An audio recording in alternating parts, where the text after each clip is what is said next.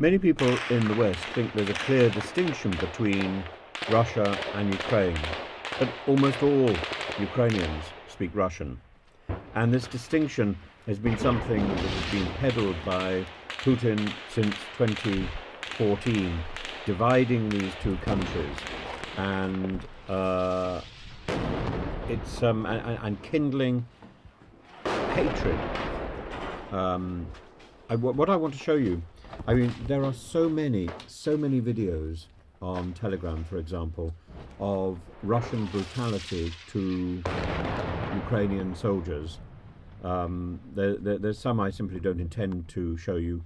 People being shot in trenches, shot in their faces, a soldier being urinated on, beaten by Russians. There's one, a three-part film of a soldier being castrated and then shot. Almost certainly an officer. He's got all the pips and things on his shoulders. There's one here where a soldier is forced to dance, and he's told to eat his military badges. Who is now hopping? Who's now jumping? Who's being a cockerel? Who's arrogant? A cockerel in Russian is somebody who's arrogant, who's ignorant, who's aggressive, and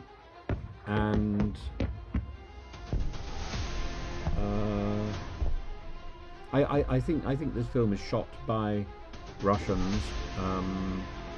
They have very Russian accents. There's not a hint of the sort of Krasnodar, Rostov accent. And this brings us back to the idea that, you know, the Ukrainian identity was very broad. It's the Soviet Union which pushed Ukraine into a particular place.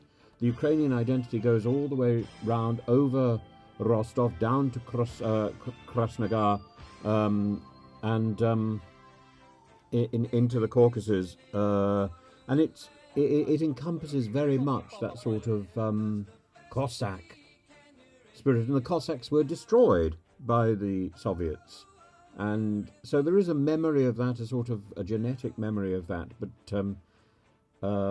and so many of these films, what is so hateful about them, I think, is the way that they are filmed by the Russians for fun. So they are turning torture, they are turning execution into fun because of the video games they've been watching, because of the language of video gaming. And you can see that here. This language of video gaming dominates the sort of posts which are being made on a regular basis and then posted, particularly on Russian channels, for people to see and laugh over. It is so deeply saddening,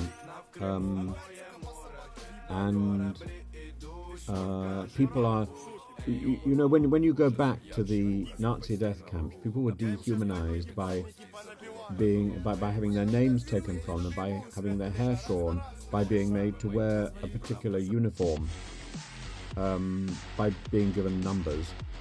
Here people are dehumanized by being videoed, by being turned into a computer game, by being pilloried with rap.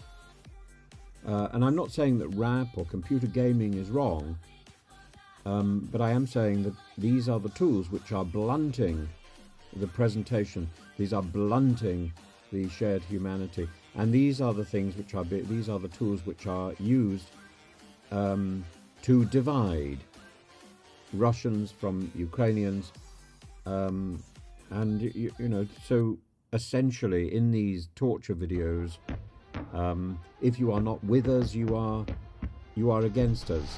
And yet so many of the families of these soldiers, in so many of the Russian families, will have grandmothers, aunts, uncles in even today in Kyiv, even today, and particularly those who live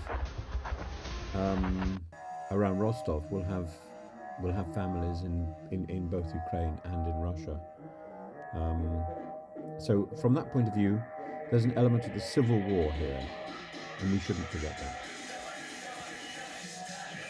this is why I think it's so important in the resolution of this war, in the negotiations which are going to have to take place, that the hostilities are repaired, because otherwise there will be a repetition of this war.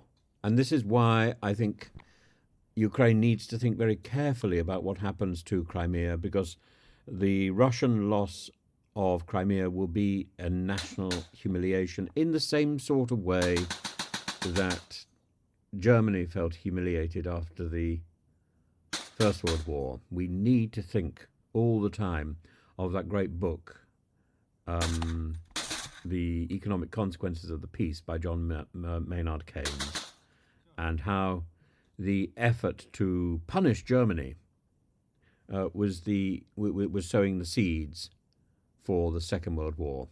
We have to make sure that this is not repeated, that Putin is punished, that Putin is silenced, and that a proper, fair peace is established where both nations